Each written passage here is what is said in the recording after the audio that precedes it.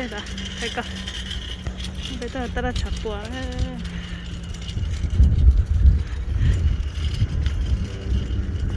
chết tới bùa thế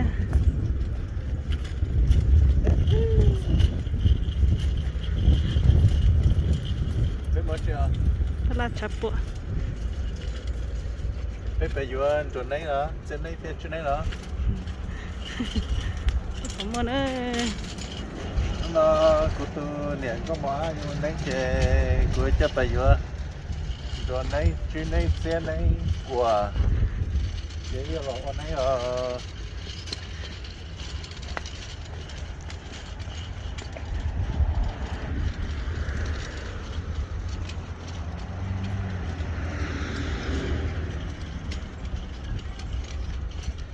mà của tê vậy nó nàyวันนี้จะกูđi rong ta đó còn rong xe nè rong xe xe chân thì tôi gì đó tôi đánh rồi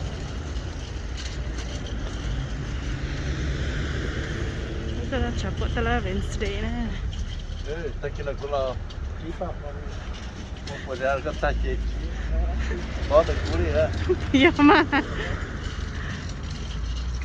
có chỉ có chủ tốt siêu nó như thế này chủ mong cô đấy sao chỉ của hai đấy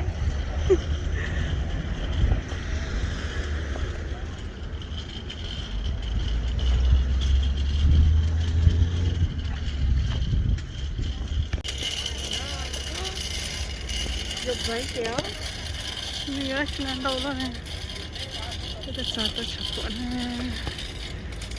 trong cây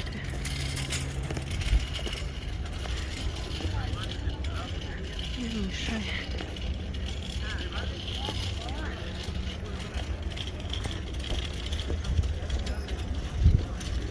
nó có chỉ một món à không nhát làm rồi mà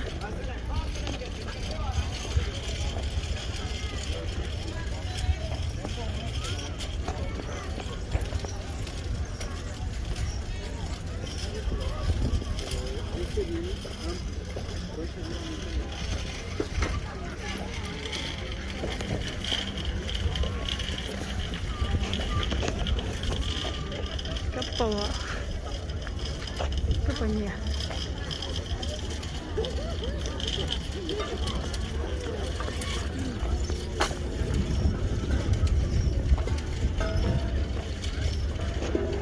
nó chống cười ạ nó chặt đâu nó chống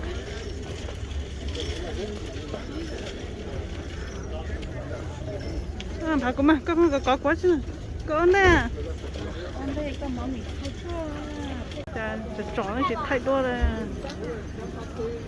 phải nhìn xem coi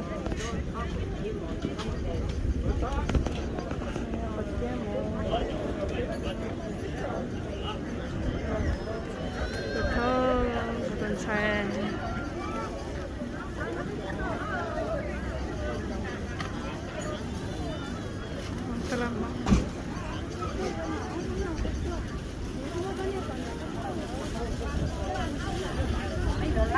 có nhiều lá chị lá chị nào phải ta chua hả chua chị nào đó ngọt tay này tay nhẹ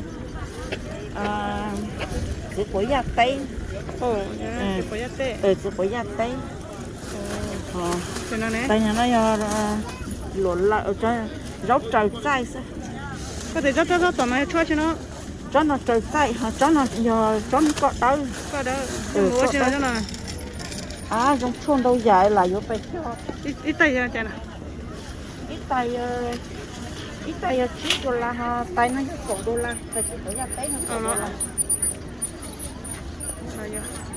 em cũng là gió lúc trước có hay á ok là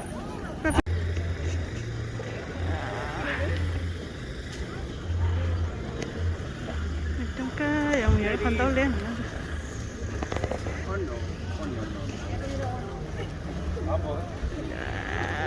phần tàu lên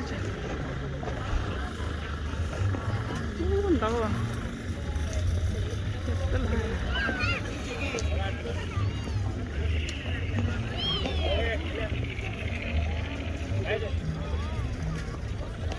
con tàu thường có con tàu lên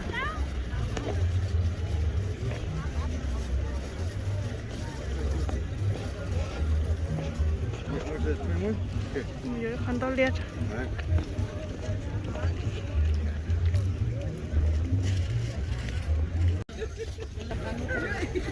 Đây là một giờ đó nọ. Đây ngoài chúng tôi.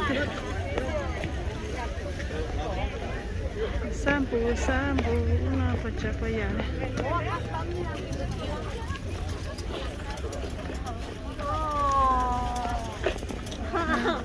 괜찮아 그냥 거. 보셔. 먹고 말은 거 하지 말고 말은 간다.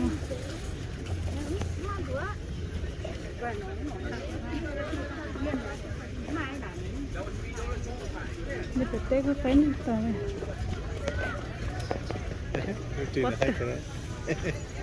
Giờ đi rồi plaza bắt từ giờ đi rồi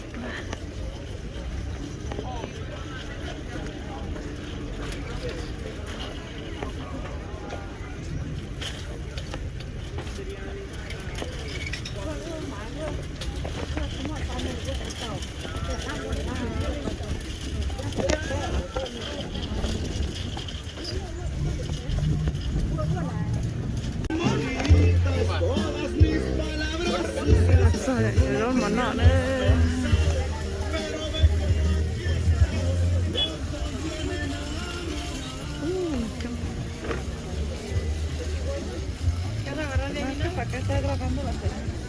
Sí.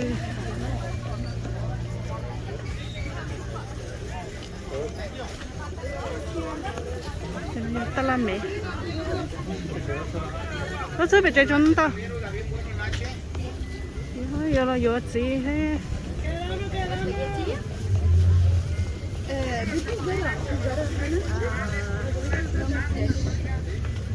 Cái lúc chụp lúc đó giờ vẫn nọ cái gì?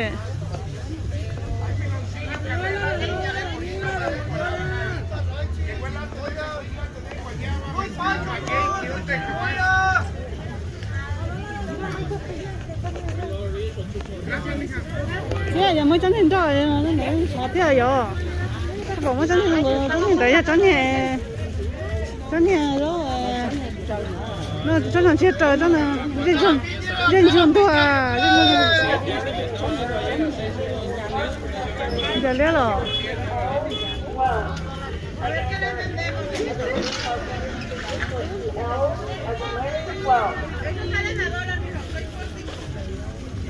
¡Ay! Pistachos, cacahuates, almendras, habas con chile, garbanzos, chícharos, soja. Ya llegó, ya está aquí, ¿de qué plato? Được tầm mẹ đâu, của trứng phải lo.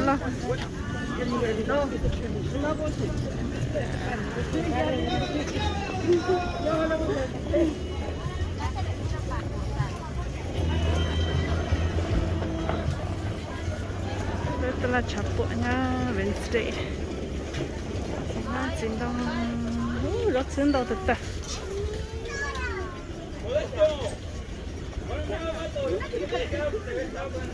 Mấy cả tay.